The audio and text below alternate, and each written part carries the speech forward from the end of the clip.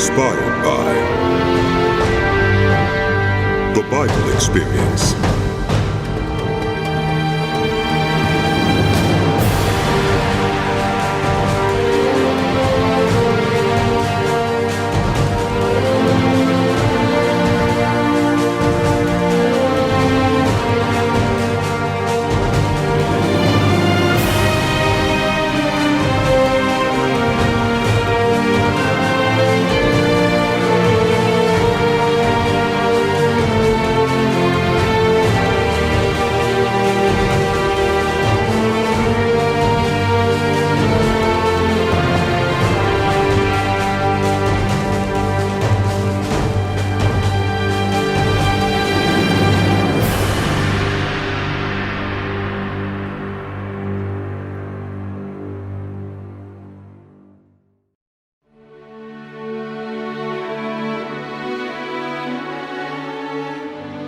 The Book of Esther. This is what happened during the time of Xerxes, the Xerxes who ruled over 127 provinces stretching from India to Kush. At that time, King Xerxes reigned from his royal throne in the citadel of Susa, and in the 3rd year of his reign, he gave a banquet for all his nobles and officials. The military leaders of Persia and Media, the princes and the nobles of the provinces were present. For a full 180 days he displayed the vast wealth of his kingdom and the splendor and glory of his majesty. When these days were over, the king gave a banquet lasting 7 days in the enclosed garden of the king's palace for all the people from the least to the greatest who were in the citadel of Susa. The garden had hangings of white and blue linen, fastened with cords of white linen and purple material to silver rings on marble pillars. There were couches of gold and silver on a mosaic pavement of porphyry, marble, mother of pearl, and other costly stones. Wine was served in goblets of gold, each one different from the other, and the royal wine was abundant, in keeping with the king's liberality. By the king's command, each guest was allowed to drink with no restrictions, for the king instructed all the wine stewards to serve each man what he wished. Queen Vashti also gave a banquet for the women in the royal palace of King Xerxes. On the 7th day, when King Xerxes was in high spirits from wine, he commanded the 7 eunuchs who served him, Mehuman, Biztha, Harbona, Bigtha, Abagtha, Zethar, and Carcass, to bring before him Queen Vashti, wearing her royal crown, in order to display her beauty to the people and nobles, for she was lovely to look at. But when the attendants delivered the king's command, Queen Vashti refused to come. Then the king became furious and burned with anger. Since it was customary for the king to consult experts in matters of law and justice, he spoke with the wise men who understood the times and were closest to the king: Karshina, Shethar, Admatha, Tarshish, Meres, Marsina, and Memucan, the 7 nobles of Persia and Media who had special access to the king and were highest in the kingdom. According to law, what must be done to Queen Vashti? He asked. She has not obeyed the command of King Xerxes that the eunuchs have taken to her. Then Memucan replied in the presence of the king and the nobles. Queen Vashti has done wrong, not only against the king, but also against all the nobles and the peoples of all the provinces of King Xerxes. For the queen's conduct will become known to all the women, and so they will despise their husbands and say, King Xerxes commanded Queen Vashti to be brought before him, but she would not come. This very day, Persian and Median women of the nobility who have heard about the queen's conduct will respond to all the king's nobles in the same way. There will be no end of disrespect in this court. Therefore, if it pleases the king, let him issue a royal decree, and let it be written in the laws of Persia and Media, which cannot be repealed, that Vashti is never again to enter the presence of King Xerxes. Also, let the king give her royal position to someone else who is better than she. Then when the king's edict is proclaimed throughout all his vast realm, all the women will respect their husbands, from the least to the greatest. The king and his nobles were pleased with this advice, so the king did as Memucan proposed. He sent dispatches to all parts of the kingdom, to each province in its own script, and to each people in their own language, proclaiming that every man should be ruler over his own household, using his native tongue. Later, when King Xerxes' fury had subsided, he remembered Vashti and what she had done, and what he had decreed about her. Then the king's personal attendants proposed, "Let a search be made for beautiful young virgins for the king. Let the king appoint commissioners in every province of his realm to bring all these beautiful young women into the harem at the citadel of Susa. Let them be placed under the care of Hegai, the king's eunuch, who is in charge of the women. And let beauty treatments be given to them. Then let the young woman who pleases the king be queen, instead of Vashti." This advice appealed to the king, and he followed it. Now there was in the citadel of Susa a Jew of the tribe of Benjamin, named Mordecai, son of Jair, the son of Shimei, the son of Kish, who had been carried into exile from Jerusalem by Nebuchadnezzar, king of Babylon, among those taken captive with Jehoiachin, king of Judah. Mordecai had a cousin named Hadassah, whom he had brought up because she had neither father nor mother. This young woman, who was also known as Esther, had a lovely figure and was beautiful. Mordecai had taken her as his own daughter when her father and mother died. When the king's order and edict had been proclaimed, many young women were brought to the citadel of Susa and put under the care of Hegai. Esther also was taken to the king's palace and entrusted to Hegai, who had charge of the harem. She pleased him and won his favor. Immediately he provided her with her beauty treatments and special food. He assigned to her 7 female attendants, selected from the king's palace, and moved her and her attendants into the best place in the harem. Esther had not revealed her nationality and family background, because Mordecai had forbidden her to do so. Every day he walked back and forth near the courtyard of the harem to find out how Esther was and what was happening to her. Before a young woman's turn came to go into King Xerxes, she had to complete 12 months of beauty treatments prescribed for the women. 6 months with oil of myrrh and 6 with perfumes and cosmetics. And this is how she would go to the king. Anything she wanted was given her to take with her from the harem to the king's palace. In the evening she would go there, and in the morning return to another part of the harem to the care of Shaashgaz, the king's eunuch, who was in charge of the concubines. She would not return to the king unless he was pleased with her and summoned her by name. When the turn came for Esther, the young woman Mordecai had adopted, the daughter of his uncle Abihail, to go to the king, she asked for nothing other than what Hegai, the king's eunuch, who was in charge of the harem, suggested. And Esther won the favor of everyone who saw her.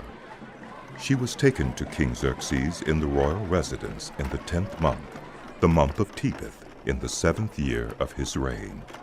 Now the king was attracted to Esther more than to any of the other women, and she won his favor and approval more than any of the other virgins. Bring me the royal crown. So he set a royal crown on her head and made her queen instead of Vashti. Shall be queen. And the king gave a great banquet, Esther's banquet, for all his nobles and officials.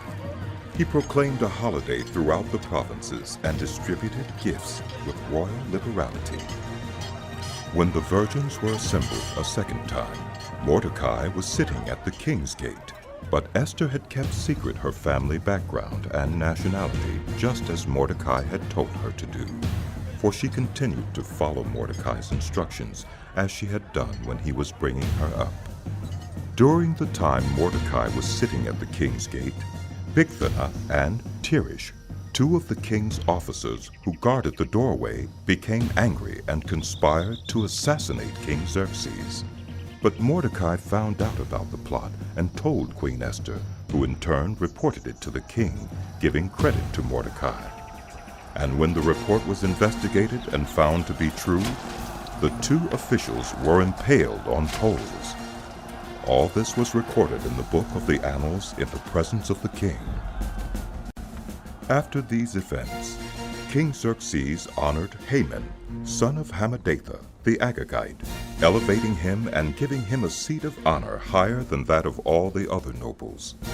All the royal officials at the king's gate knelt down and paid honor to Haman, for the king had commanded this concerning him. But Mordecai would not kneel down or pay him honor. Then the royal officials at the king's gate asked Mordecai, Why do you disobey the king's command? Day after day they spoke to him, but he refused to comply. Therefore they told Haman about it to see whether Mordecai's behavior would be tolerated, for he had told them he was a Jew. When Haman saw that Mordecai would not kneel down or pay him honor, he was enraged. Yet having learned who Mordecai's people were, he scorned the idea of killing only Mordecai. Instead, Haman looked for a way to destroy all Mordecai's people, the Jews, throughout the whole kingdom of Xerxes. In the 12th year of King Xerxes, in the first month, the month of Nisan, the pur, that is, the lot, was cast in the presence of Haman to select a day and month, and the lot fell on the 12th month, the month of Adar. Then Haman said to King Xerxes, There is a certain people dispersed among the peoples in all the provinces of your kingdom who keep themselves separate. Their customs are different from those of all other people, and they do not obey the king's laws. It is not in the king's best interest to tolerate them. If it pleases the king, let a decree be issued to destroy them. And I will give 10,000 talents of silver to the king's administrators for the royal treasury. So the king took his signet ring from his finger and gave it to Haman, son of Hammedatha, the Agagite, the enemy of the Jews. Keep the money, My lord. and do with the people as you please. Then, on the 13th day of the first month, the royal secretaries were summoned. They wrote out in the script of each province and in the language of each people all Haman's orders to the king's satraps, the governors of the various provinces, and the nobles of the various peoples. These were written in the name of King Xerxes himself and sealed with his own ring. Dispatches were sent by couriers to all the king's provinces with the order to destroy, kill, and annihilate all the Jews, young and old, women and children, on a single day, the 13th day of the 12th month, the month of Adar, and to plunder their goods. A copy of the text of the edict was to be issued as law in every province and made known to the people of every nationality, so they would be ready for that day. The couriers went out, spurred on by the king's command, and the edict was issued in the citadel of Susa. The king and Haman sat down to drink, but the city of Susa was bewildered. When Mordecai learned of all that had been done, he tore his clothes, put on sackcloth and ashes, and went out into the city, wailing loudly and bitterly. But he went only as far as the king's gate, because no one clothed in sackcloth was allowed to enter it. In every province to which the edict and order of the king came, there was great mourning among the Jews, with fasting, weeping, and wailing. Many lay in sackcloth and ashes. When Esther's eunuchs and female attendants came and told her about Mordecai, she was in great distress. She sent clothes for him to put on instead of his sackcloth, but he would not accept them. Then Esther summoned Hathach, one of the king's eunuchs assigned to attend her, and ordered him to find out what was troubling Mordecai and why. So Hathach went out to Mordecai in the open square of the city, in front of the king's gate. Mordecai told him everything that had happened to him, including the exact amount of money Haman had promised to pay into the royal treasury for the destruction of the Jews. He also gave him a copy of the text of the edict for their annihilation, which had been published in Susa, to show to Esther and explain it to her. And he told him to instruct her to go into the king's presence to beg for mercy and plead with him for her people. Hathach went back and reported to Esther what Mordecai had said. Then she instructed him to say to Mordecai, "All the king's officials and the people of the royal provinces know that for any man or woman who approaches the king in the inner court without being summoned, the king has but one law, that they be put to death unless the king extends the gold scepter to them and spares their lives. The 30 days have passed since I was called to go to the king." When Esther's words were reported to Mordecai, he sent back this answer. Do not think that because you are in the king's house, you alone of all the Jews will escape. For if you remain silent at this time, relief and deliverance for the Jews will arise from another place. But you and your father's family will perish. And who knows but that you have come to royal position for such a time as this. Then Esther sent this reply to Mordecai. "Go, gather together all the Jews who are in Susa, and fast for me. Do not eat or drink for 3 days, night or day. I and my attendants will fast as you do. When this is done, I will go to the king, even though it is against the law. And if I perish, I perish." So Mordecai went away and carried out all of Esther's instructions. On the 3rd day, Esther put on her royal robes and stood in the inner court of the palace in front of the king's hall. The king was sitting on his royal throne in the hall, facing the entrance. When he saw Queen Esther standing in the court, he was pleased with her and held out to her the gold scepter that was in his hand. So Esther approached and touched the tip of the scepter. Then the king asked, What is it, Queen Esther? What is your request?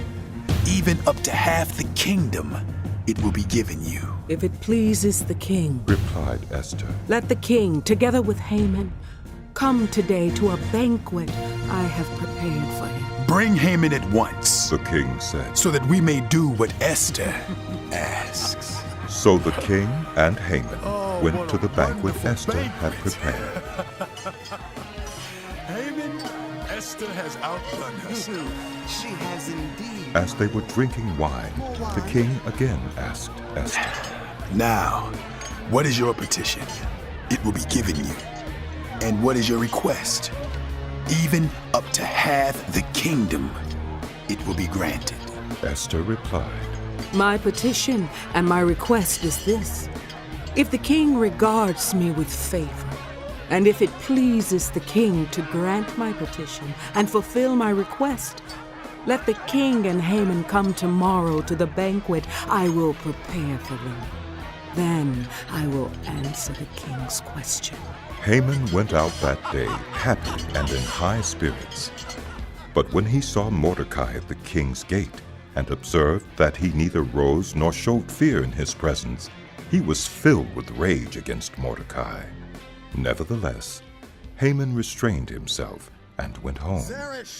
Calling together his friends and Zeresh his wife, Haman boasted to them about his vast wealth, his many sons, and all the ways the king had honored him, and how he had elevated him above the other nobles and officials. In front of everyone.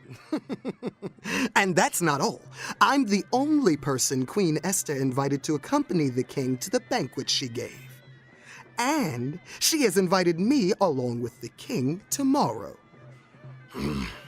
But all this gives me no satisfaction as long as I see that Jew, Mordecai, sitting at the king's gate. His wife Zeresh and all his friends said to him, Have a pole set up, reaching to a height of 50 cubits, and ask the king in the morning to have Mordecai impaled on it.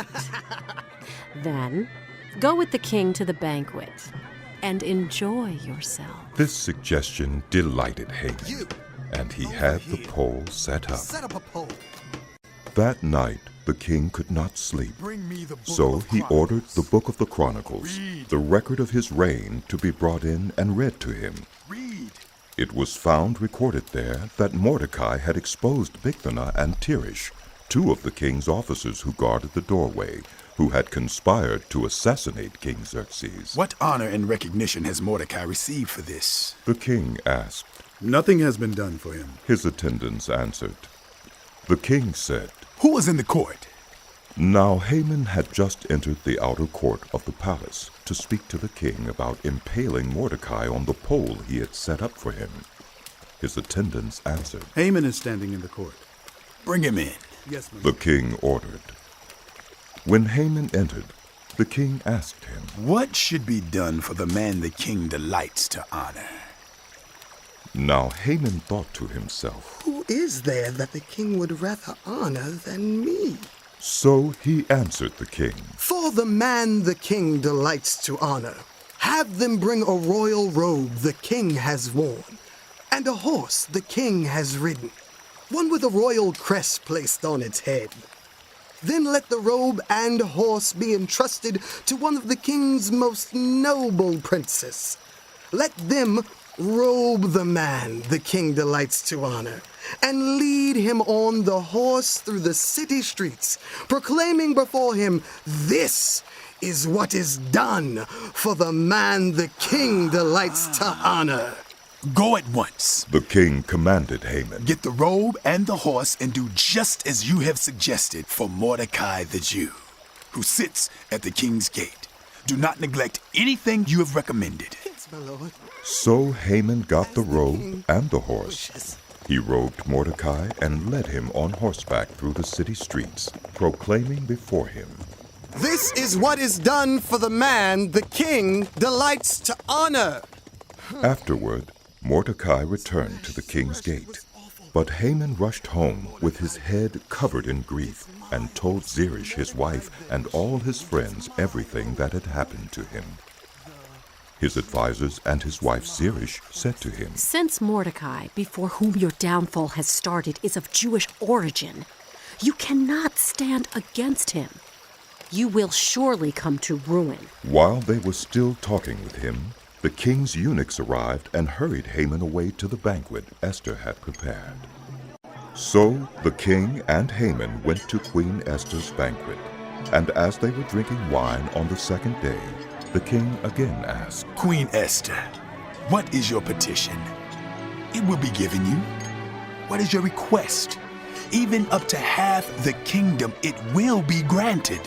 Then Queen Esther answered, If I have found favor with you, your majesty, and if it pleases you, grant me my life.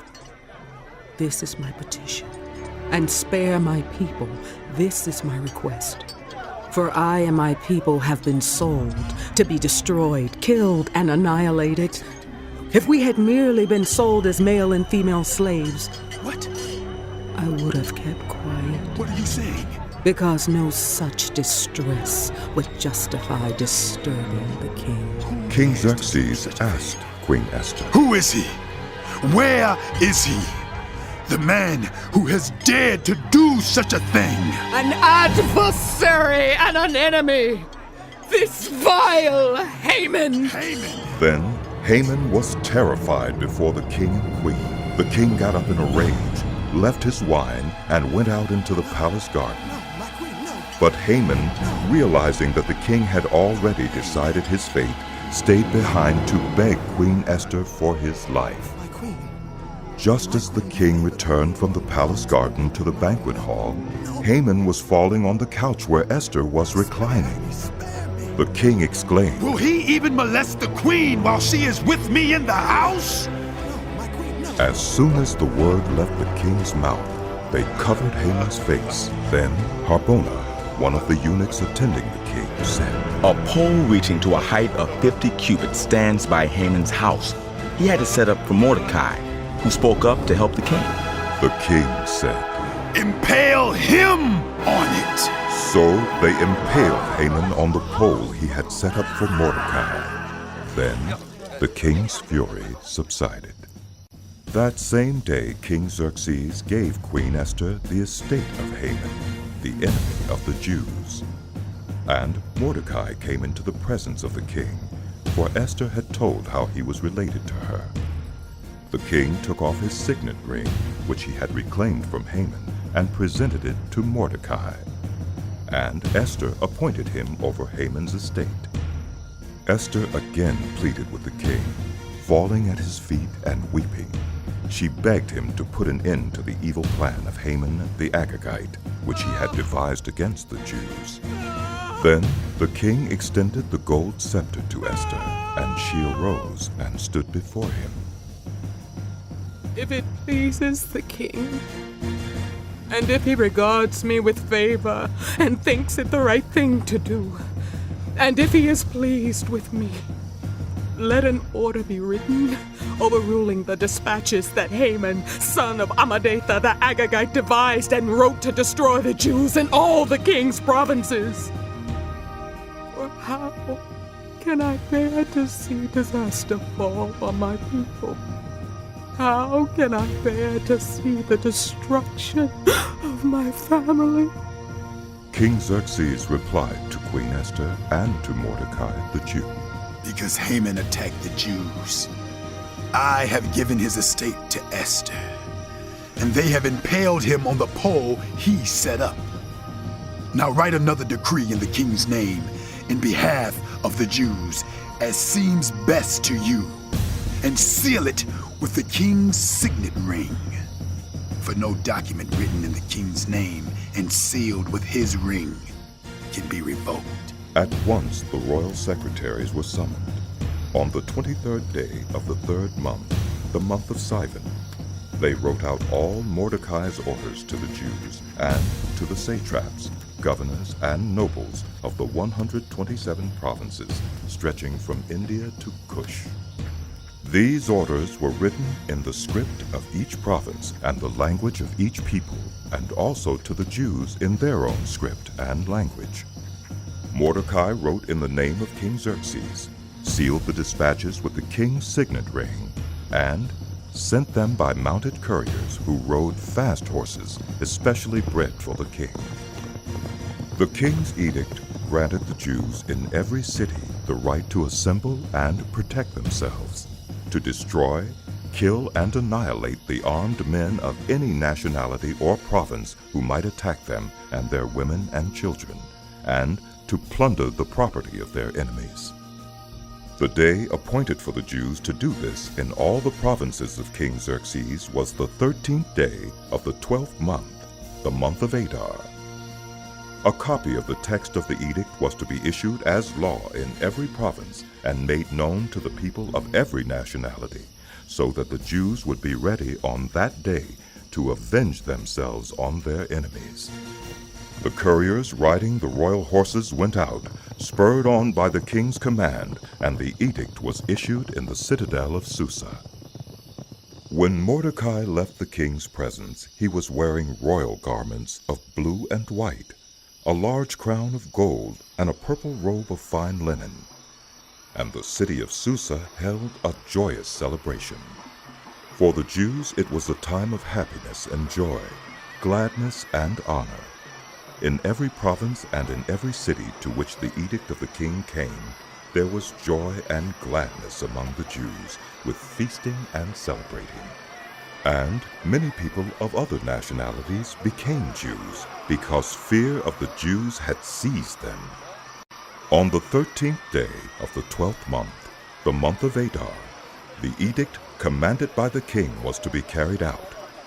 On this day, the enemies of the Jews had hoped to overpower them, but now the tables were turned, and the Jews got the upper hand over those who hated them. The Jews assembled in their cities, in all the provinces of King Xerxes, to attack those seeking their destruction. No one could stand against them, because the people of all the other nationalities were afraid of them. And all the nobles of the provinces, the satraps, the governors, and the king's administrators helped the Jews, because fear of Mordecai had seized them. Mordecai was prominent in the palace. His reputation spread throughout the provinces, and he became more and more powerful. The Jews struck down all their enemies with the sword, killing and destroying them, and they did what they pleased to those who hated them. In the citadel of Susa, the Jews killed and destroyed 500 men. They also killed Parshandatha, Dalphon, Aspatha, Poratha, Adalia, Aradatha, Parmashta, Arasai, Aradai, and Visatha, the 10 sons of Haman, son of Hammedatha, the enemy of the Jews. But they did not lay their hands on the plunder. The number of those killed in the citadel of Susa was reported to the king that same day. The king said to Queen Esther, The Jews have killed and destroyed 500 men and the 10 sons of Haman in the citadel of Susa. What have they done in the rest of the king's provinces? Now what is your petition?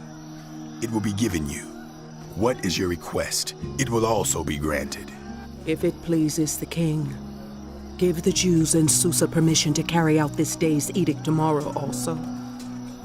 And let Haman's 10 sons be impaled on poles. So the king commanded that this be done. An edict was issued in Susa, and they impaled the 10 sons of Haman.